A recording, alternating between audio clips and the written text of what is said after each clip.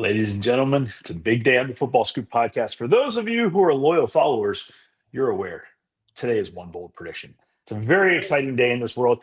Nuclear winter is exciting. College football is exciting. One bold predictions is pretty darn exciting. There have been some great years of bold predictions up here.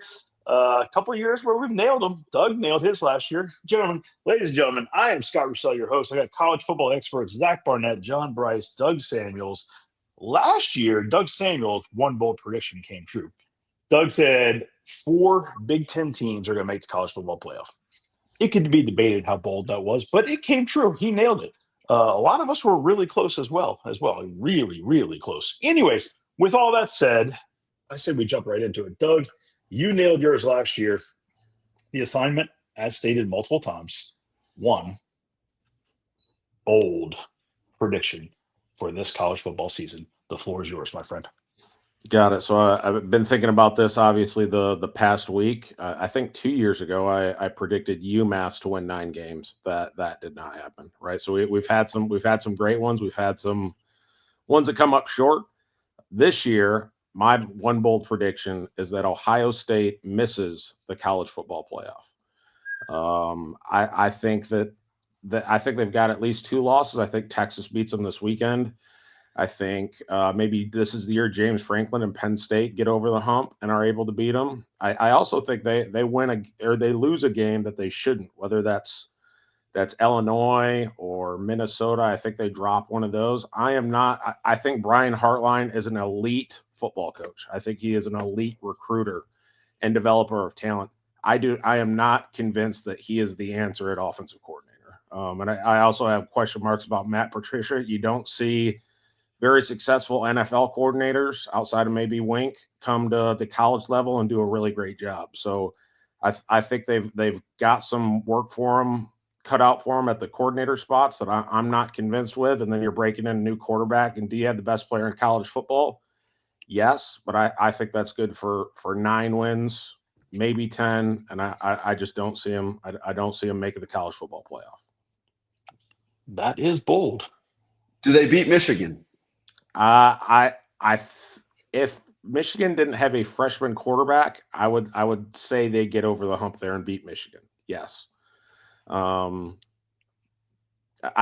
think the edge is a little bit on them, but I think Bryce Underwood's also an unbelievable 5-star freshman quarterback that the likes of which we haven't seen since maybe Arch, and Arch didn't start right away. So this is fascinating.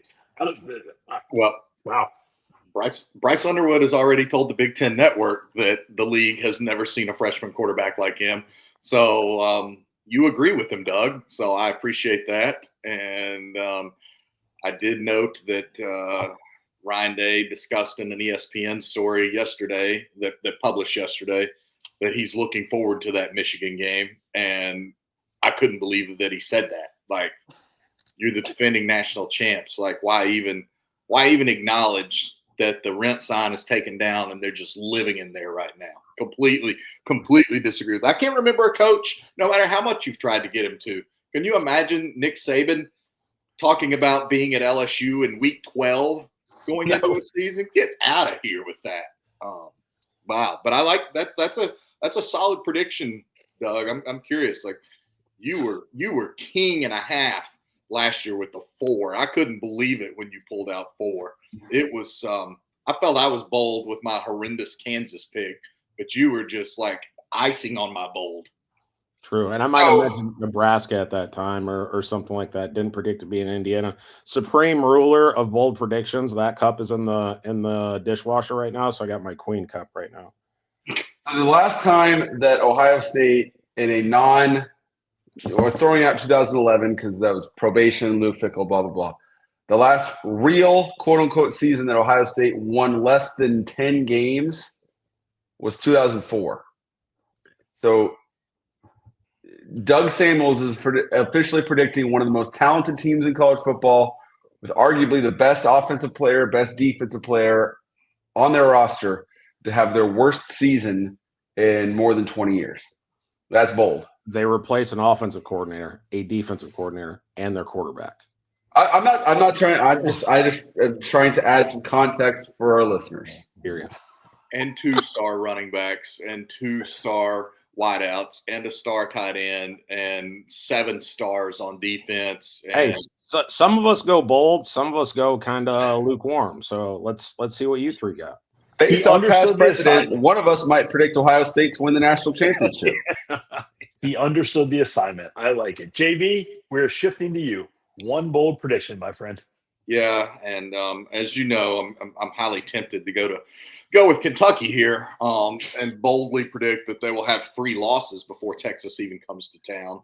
But you made us commit to one bold prediction and one bold prediction only, and I feel like I'm about to flat out stun you boys with this one. It came to me a weekend ago, so about 10 days ago, and the lovely Jessica was asking me about it. She's like, "Do you know what you're going to do?" And I said, "Yeah." And she was like, "Really?" And I said, "Yeah." And she said, "Is that bold?" And I said, "Well, they're not in the top 25, so yeah, that's bold." And she goes, All right, come on. "Okay, I guess so." So my bold prediction is that Kirk Ferentz and the Iowa Hawkeyes will be one of the Big Ten's playoff participants in 2025. They resume their winning ways in a massive way. They return 13 starters. They're elite on defense. I love Tim Lester triggering the offense on the headset, and Mark Gronowski, one of the greatest modern era players of FCS football at the quarterback position, to be the catalyst that gives Iowa an offense with enough pulse that it can win some of those games when it only gives up 9 points and be a 10-2 team. And they're, or maybe better than 10-2, but Iowa will be a Big Ten playoff participant. They also added Warren Ruggiero, the former Wake Forest offensive coordinator, to the staff. So maybe we see some slow mesh. Got his start at earlier in his career at Defiance College. So Defiance College shout out right there. And there you go. Very nice knowledge there. And it's year 2 for Tim Lester of running the Hawkeyes offense. I think that's significant. One more item of quick note. Yes, they've got an early season, not this opener, but next Saturday at Iowa State. And last year was the first time in a long time that the Cyclones had busted through and gotten a win. Like, as good as Iowa State has also consistently been, the Cy-Hawk Trophy has absolutely resided in Iowa City more often than not, an overwhelming majority of the time, rather than Iowa City. But that early road game, okay, fine. But they get Indiana at home. They get Penn State at home. They get Minnesota at home. Their road games, USC, Wisconsin, Rutgers, like those are conference games. The Iowa State game, obviously not a conference game. They're not going to sweep those 3 road games, but all 3 of those are incredibly winnable. And the Nebraska game's the last game of the year, and maybe Nebraska is that team this year. But Scott, you've got them struggling to win 7 games, so maybe they're already beaten and battered and suffering Nebraska syndrome again by the time that game rolls around. But Kirk Ferentz rides this Iowa team into the college football playoff, and then he'll assess his future, because it can't get much better than that.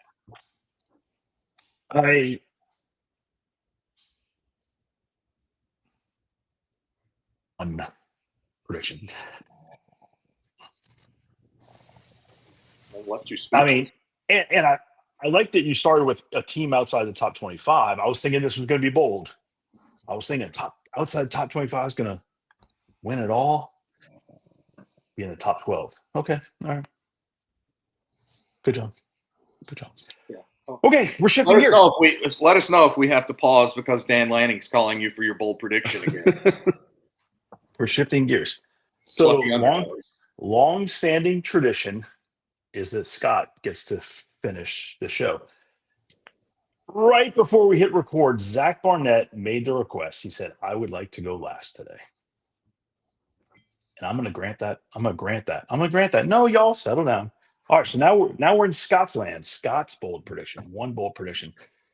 Do the whole Zach, bold prediction in third person. I'm going to ask you a couple questions. Zach, you've known me probably for almost 15 years. I consistently tout there is one position on the field. It's the most important position. And often I say that's why I think a team's going to win. What position is that, Zach? Quarterback? It's quarterback. Of course it is. There have been years where I picked a team to win the national championship, like Jaden Daniels, Heisman, LSU going to win the national championship. They got the Heisman, they didn't win the national championship. We talked about Garrett Nussmeier. It's really good quarterbacks. Drew Aller, Cade Klubnik, Sam Levitt. There's a bunch of returning dudes, right? So would it be bold to pick a team led by a quarterback who's never thrown a pass in college football? And we're not talking Arch Manning, right? Arch had a couple starts last season. Arch started Mississippi State, Louisiana Monroe, played in a bunch of other games.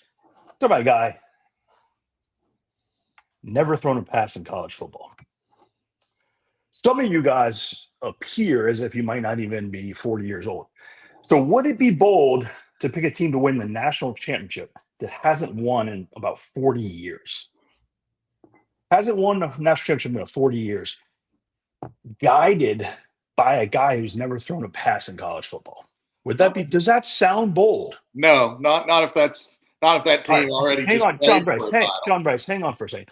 What if I were to ask the experts? If I were to go to college football experts and say, Should I leave? "Hey, what team? I'm not asking college football experts. What team do you think's gonna underperform this year?" Let's hear what one expert. But the one I would place money on is under Notre Dame under 10.5. And here, I'm not only going to say that, I'm going to say this. There's a better chance Notre Dame starts 0-2 than there is that they hit the over of 10.5. They open at Miami. Then they come home and beat Texas A&M or play Texas A&M. I think there's a better chance they lose both of those games than there is that they win 11 regular season games. We all know Marcus Freeman's propensity to drop a game he shouldn't. So I'll pause. Gentlemen, my one bold prediction: Notre Dame, the Fighting Irish, led by a quarterback, CJ Carr, who has never thrown a pass in college football, is going to win the national championship. In Lee Corso fashion, if I were to have headgear, I'd put it on. I don't have a Notre Dame helmet, but I do have the Jesus cross. So let's go Lee Corso, Jesus cross, Notre Dame, led by a freshman, by a quarterback who has never thrown a pass in college football, CJ Carr, win the national championship. That is one bold prediction, gentlemen. So Scott you're picking a team. not understand the assignment. You are picking a team that's already consensus preseason top 6. Y'all are so soft. Who literally has a the campus quarterback with a has golden never goal thrown a line. pass. They haven't won in 40 years. That's bold. The experts tell me more likely going to lose their first 2 games. 37 years is not 40 years. I knew the buildup. Something was coming. There was a lot. All right. So For a second there, first of all, I'm glad you played that clip because it taught me that I'm wearing the exact same shirt that I did in the last time. And for a second there, I genuinely thought you were going to pick Texas to win the national championship as bold. But I'm glad you at least didn't do that. At least went with the national runner-up from last year. Yeah. Bold. If I could just borrow a line from a wise college football expert from this podcast. Scott, we're recording a serious podcast here. This is a serious podcast. You understand what a bold prediction is. I love each of you. Zach, you asked to go last. I'm hoping it's going to stun us all. Go bold, young man. Okay, so in full transparency for the listeners and viewers, we do not, unlike what you see on TV, we do not consult each other with these predictions. We hit them live. So I came into this with 2 bold predictions in my head, and John Brice went with the one of mine that I was going to go with. So I've spent a lot of time in prayer over this. I've consulted the elders, and God has laid it on my heart, along with John Brice has laid it on my heart, that I need to go with the other one. And I also want the record to say I've already thrown out some gold out there. Notre Dame will start 0-2. Toledo, more likely to go undefeated than hit the under. I want that on the record. No, trust me. I'm going to continue going on the record with this. My bold prediction is the preseason number 1 team in the country misses the playoff. Talking about Texas? Your team? They missed the college football playoff this year. With a schedule that includes road trips to Ohio State, Florida, and Georgia. I think they win one. I think they go 1-2 in those. So now you're talking 10-2 at best. With a schedule that calls for 4 consecutive games away from home. Those games being at Florida, home game versus Oklahoma and Dallas, at Kentucky, at Mississippi State, and then for a 5th straight week, home against Vanderbilt. They will drop one of those. So now we're at 3 losses. And then they will lose one of their rivalry games to either Oklahoma or Texas A&M. And you have the preseason number 1 team going 8-4 this season and missing the playoff. Your infatuation with acting like Kentucky and Mississippi State are anything more than pasture strolls for your Longhorns is absolutely killing me. Like, it's the SEC. I understand. I've been told it's a week in, week out conference. I understand that Bevo grazes in a natural pasture and not on the synthetic bluegrass, but it's not going to matter. He's going to eat. Kentucky, I'm telling you, Scott, I'm telling you, Zach, Kentucky will have 3 losses by the time. Okay, I'm not saying specifically they're going to lose to Kentucky. I'm thinking at Kentucky, at Mississippi State, and then home against Vanderbilt. You've got 4 straight away from home, 4 straight, and then you come home and play basically college football's most talented triple option team in the Vanderbilt Commodores. They're dropping one of those games. They're going 8-4. You essentially last week guaranteed that they would lose. I think you even said they will lose to either Kentucky or Mississippi State. In fact, I'm calling it. You started out and said there's a good chance, and then you said no, they will lose one of those 2 games. And okay. I haven't slept well since then. Zach, you might as well paint a big target on your back there in the home state, man. You're no, according to Arch, I got a red dot. He's got a red dot on everyone, and I guess I'm in that category. But that's my bold prediction, gentlemen. Okay. I mean, I'm not going to deny that's bold. Felt like picking a guy who had never, thrown a pass in 40 years of history against him. I thought that was bold. Well, if he had I would get number 12. I don't know about, but whatever. No, I'm honestly for a second there, I thought you were going to go with either Texas or you're going to go with Julian Sayin at Ohio State to repeat and try and say that's bold. But by your standards, picking the reigning runner-up to win the national championship is bold. And now it would be bold if what you just said was true. You're like, I don't know, picking a guy who's never thrown a pass in 40 years. Yeah, if CJ Carr had never thrown a pass in 40 years and was starting, we would just let this podcast be a soliloquy. But come on. Gentlemen, it is always a pleasure. History will be written on this podcast. People will be talking about this for years.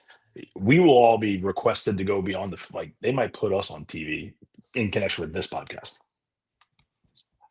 Bold predictions happening right here, right now, live. The Football Scoop podcast. With that said, we're out of here.